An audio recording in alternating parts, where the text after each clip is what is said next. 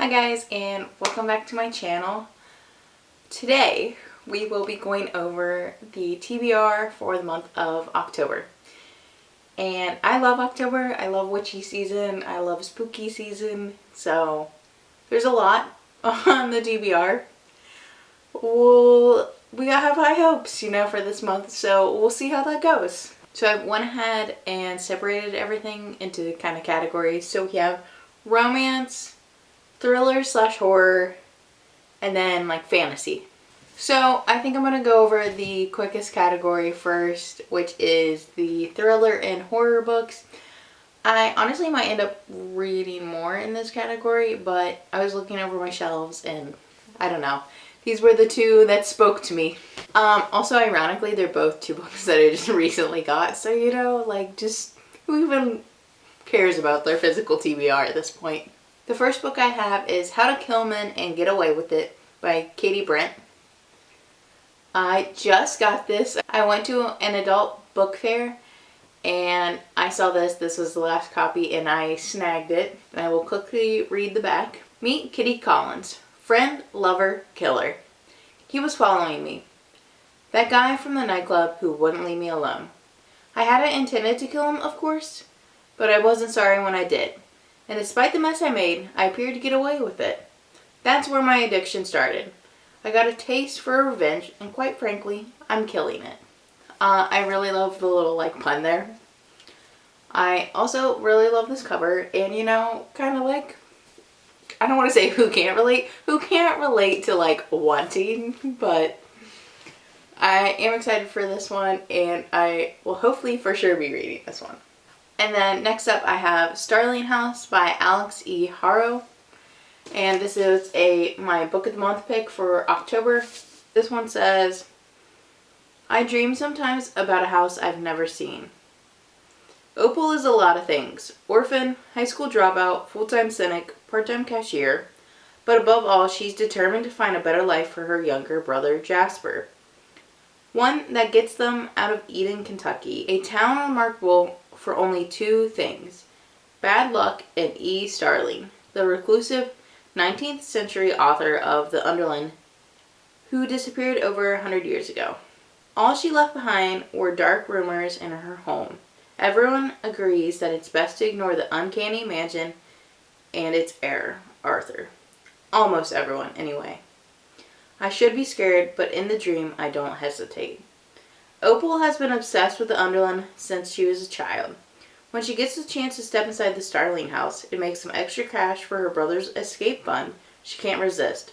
But sinister forces are digging deeper into the buried secrets of the Starling house, and Arthur's own nightmares have become far too real, as Eden itself seems to be drowning in its own ghosts.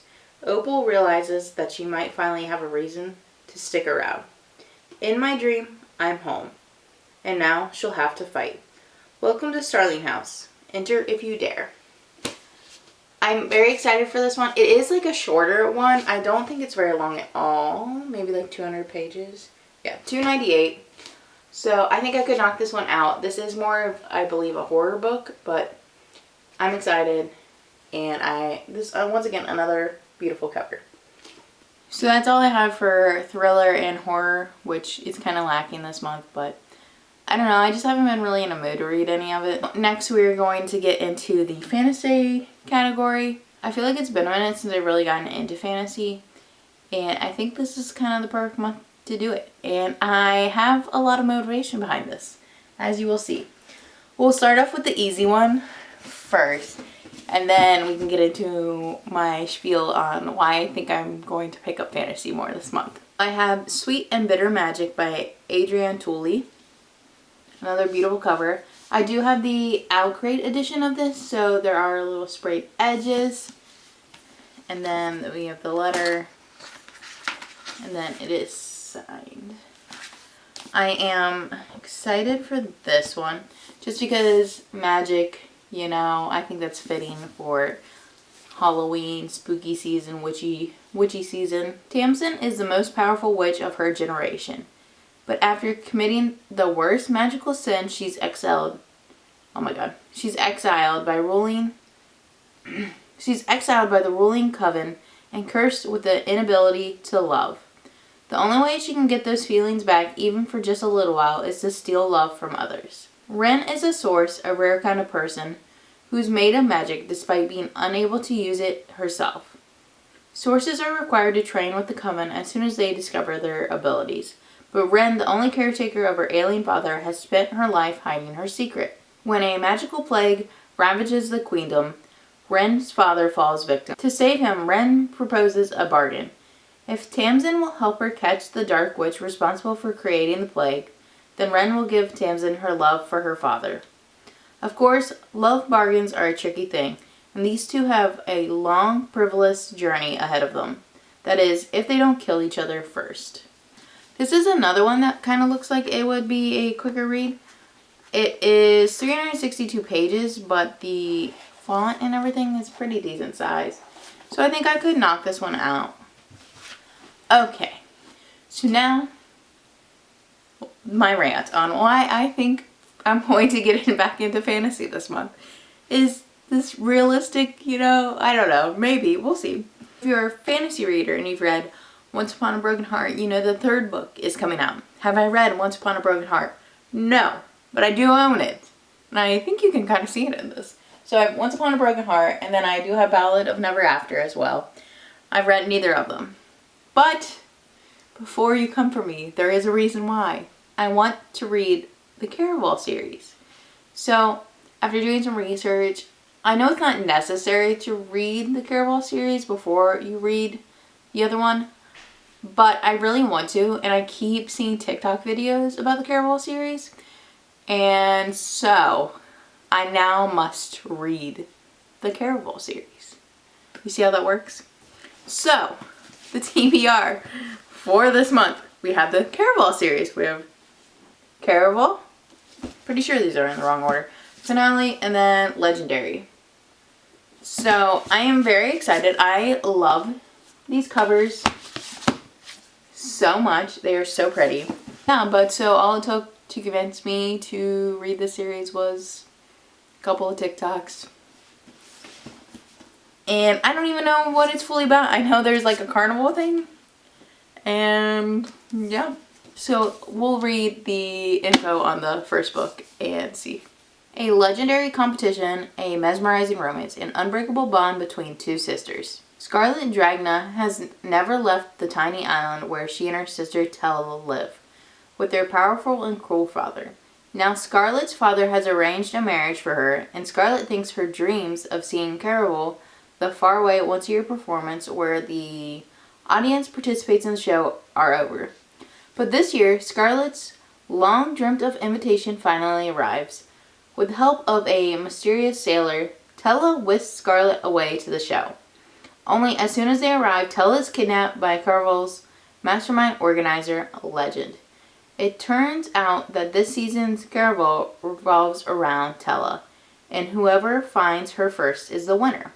Scarlet has been told that everything that happens during the Caraval is only an elaborate performance. Nevertheless, she becomes enmeshed in a game of love, heartbreak, and magic. And whether Caraval is real or not, Scarlet must find Tella before the 5 nights of the game are over, where a dangerous domino effect of consequences will be set off, and her beloved sister will disappear forever. Welcome. Welcome to Caraval. Beware of getting swept too far away. From the TikToks that I was seeing, I think Scarlet's gonna be my favorite. Just go ahead and guess here. Also, if you think I should do a reading vlog on this series probably with spoilers, let me know. And I will gladly do that. It will also give me more motivation to actually read this trilogy series. I don't know what you want to call it. But yeah, so if you would like a reading vlog on these, let me know. Comment below and I will definitely do one. So that is it for the fantasy category, and now we are going on to romance, and this is like all categories of romance. So we have like dark romance, rom-coms, yeah, all that like mixed in. I have The Right Move by Liz Tomford. This is Ryan and Indy's book. I did read the first one in this series last month. Ryan. She's a distraction, that's what she is. I'm the newest captain of the Devils, Chicago's NBA team, and the last thing I need this year was for Indy Ivers, my sister's best friend, to move into my apartment. She's messy, emotional, and way too tempting. One moment, please. Wait for the... But when the team's general manager vocalizes his blatant disapproval of my promotion to captain, referring to me as an unapproachable lone wolf with no work-life balance, I cannot think of a better way to convince him otherwise than pretending to date my outgoing roommate. The only problem? Faking it feels too natural. Having a fake girlfriend wasn't supposed to be messy, but having Indy under my roof and in my bed is complicated, especially when she wants all the romantic parts of life that I could never give her. Indy. I never imagined I'd be living with my best friend's brother, NBA superstar Ryan Shea. Even more unbelievable, he needs me to act as his loving girlfriend who suddenly changed him into a friendly and approachable guy. Because, well, he's not. He's controlling of his space and untrusting of others. Our arrangement isn't one-sided though. I'm in a wedding coming up, one where everyone of my childhood friends, including my ex-boyfriend, will be in attendance. And there's no better date than my ex's celebrity hero. Blurred lines make it almost impossible to separate real from fake. Falling for my roommate was never part of the deal, especially when Ryan is too quick to remind me that he doesn't believe in love. I'm a romantic and can't help fantasizing that he'll change, but soon enough I find myself questioning if sharing a roof with my best friend's brother was the right move after all.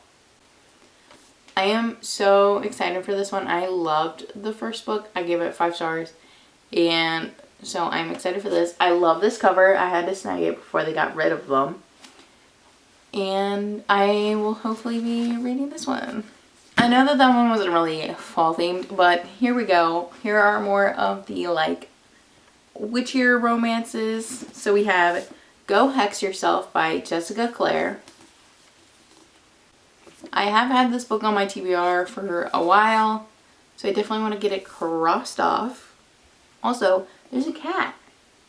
There's a kitty cat in the story, so sign me up. When Reggie Johnson answers a job ad in the paper, she's astonished to find that she's not really applying for work as her favorite card game, Spellcraft. Instead, she's applying to be an actual familiar for an actual witch, as in real magic. The new job has a few perks: great room and board, excellent pay, and she's apprenticing to a powerful witch. Sure, the witch is a bit eccentric, and sure, there was the issue with Black Cat Reggie preferred to forget about. The biggest problem, however, is Warlock Ben Magnus, her employer's nephew, the most arrogant, insufferable, and maddening man to ever cast a spell. Reggie absolutely hates him. He's handsome, but he's also bossy and irritating and orders her around. Ben's butt might look great in a crystal ball vision, but that's as far as it goes. But when someone with a vendetta targets a household, she finds herself working with Ben to break a deadly curse. Apparently, when they're not fighting like cats and dogs, things get downright bewitching. So it's kind of giving a little bit of like enemies to lovers vibes.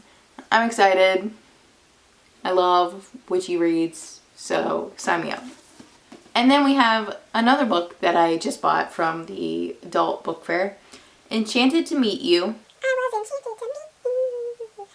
Yeah, we're going to edit that voiceover. Which, every time I read this title, I can only think of Taylor Swift. So, Enchanted to Meet You by Meg Cabot, a Witches of West Harbor novel. I love this cover. I love purple. All she wants is a normal relationship. In her teenage years, lovelorn Jessica Gold cast a spell that went disastrously wrong and brought all the wrong kind of attention, including the disdain of the World Council of Witches. So no one is surprised than Jess when 15 years later, tall, handsome Derek Winters shows up in her quaint little village of West Harbor and claims that Jess is the chosen one. Too bad she's a witch. Not chosen by West Harbor's snobby elite to style them for the town's tricentennial ball, even though Jess owns the chicest clothing boutique and store. And not chosen, finally, to be on the WCW either. Not that Jess would have said yes. Anyway, Since she's done with any organization that tries to dictate what makes a true witch. No, Jess has been chosen to help save West Harbor itself. But just when Jess is beginning to think that she and Derek might have a certain magic of their own, and not of the supernatural variety, Jess learns he may not be who she thought he was all along. And suddenly, Jess finds herself having to make another kind of choice. To trust Derek and work with him to combat the sinister force battling to bring them down. West Harbor, or to use her gift as she always has, to keep herself and her heart safe. I am trying to kind of quickly read over these so that this video isn't forever long for everyone. Next, I have a special edition that finally came in, and a series that I've been wanting to read so bad. I have the Mindfuck series by S.T. Abbey, and I got this beautiful special edition.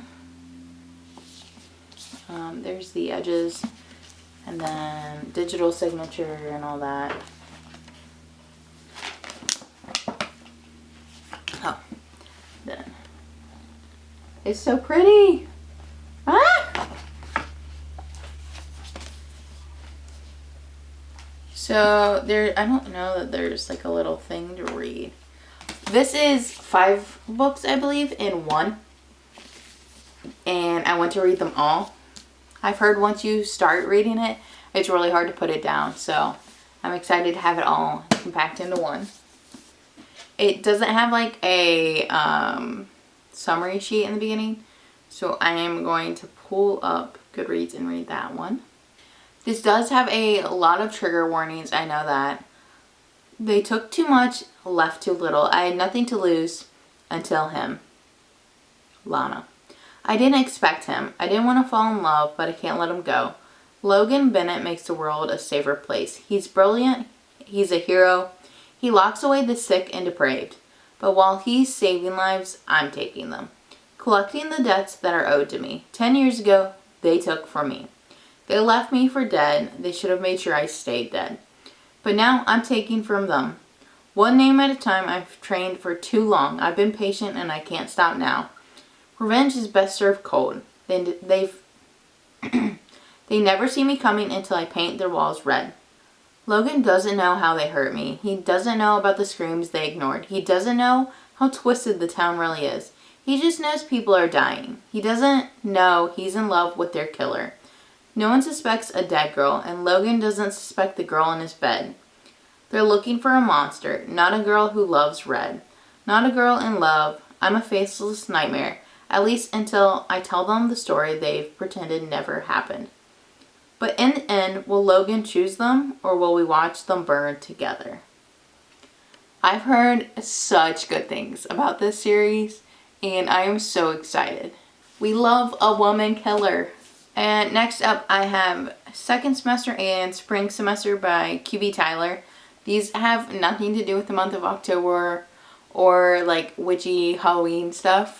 These are just 2 books that I really want to knock off my TBR that are really thin. They're like novellas.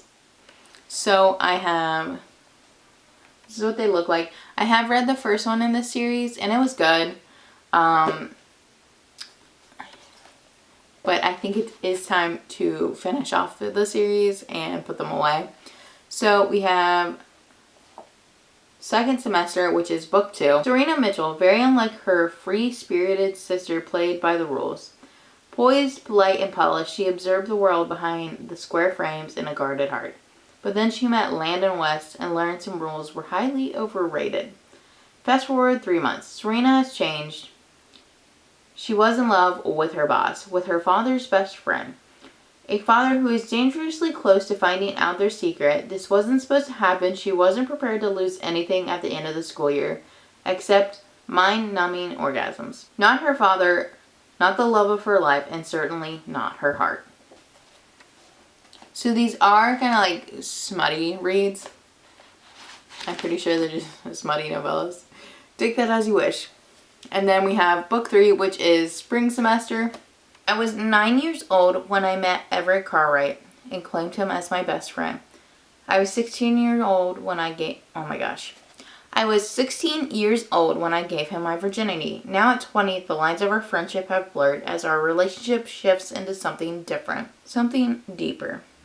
It wasn't supposed to happen like this. I wasn't supposed to fall for my best friend.